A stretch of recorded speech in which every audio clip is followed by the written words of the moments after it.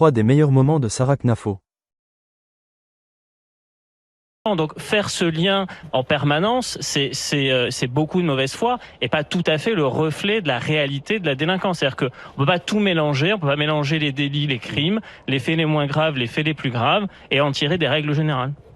Alors 60% des tentatives de viol dans les transports en commun en Ile-de-France sont commis par des étrangers. 91% des tentatives d'agression et de vol sont commis par des étrangers. Si là encore vous allez nous dire que dans les transports en commun il y a beaucoup plus d'hommes et que ça expliquerait cette différence, pardonnez-moi monsieur, c'est vous qui êtes en train de faire une confusion sur les chiffres. Je crois que le lien entre délinquance et immigration n'est plus à prouver. Madame qui vient de Marseille et avec laquelle je pense que nous ne sommes pas en accord puisque vous représentez le parti d'Emmanuel Macron, pense elle aussi, et je vous ai entendu le dire, que 50% des délits constatés à Marseille étaient le fait d'étrangers. Quand on entend Gérald Darmanin,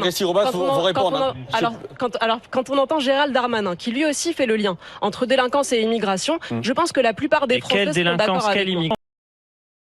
Vous dites que je représente les autres partis, donc excusez-moi, vous représentez la tradition écologique en France, cette tradition qui nous a poussé à nous défaire de notre souveraineté, parce que l'énergie nucléaire, c'est celle qui nous permet non seulement d'avoir l'énergie la plus décarbonée, mais en plus qui nous permet d'être souverains. Donc heureusement qu'aujourd'hui, il faut miser sur le nucléaire. Pardonnez-moi, je défends à la fois l'environnement, notre patrimoine naturel magnifique, mais aussi la science, les vérités scientifiques que malheureusement vous ignorez quand vous attaquez comme vous le faites le nucléaire et quand vous défendez les éoliennes qui nous poussent à installer des kilomètres, des pylônes de béton, de l'acier qui là aussi vient de l'étranger. On n'est pas souverain quand on construit des éoliennes sur tout notre territoire. Ça, vous l'ignorez par pure idéologie verte. Excusez-moi.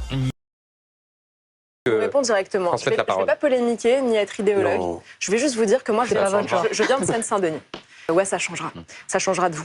Je viens de Seine-Saint-Denis et quand j'étais petite, j'étais pas de droite, j'étais pas de gauche. Je savais pas ce que ça voulait dire la droite et la gauche. Mais je savais qu'à 15 ans, parce que j'étais une jeune femme, je pouvais pas sortir de chez moi sans avoir peur. Que parfois j'étais obligée de changer de tenue quand j'arrivais là où j'allais et parce que je savais que je pouvais me faire agresser. S'il vous plaît. Je me suis fait voler mon téléphone plus de 15 fois. Dans le RERB, dans le tramway, dans le RERE.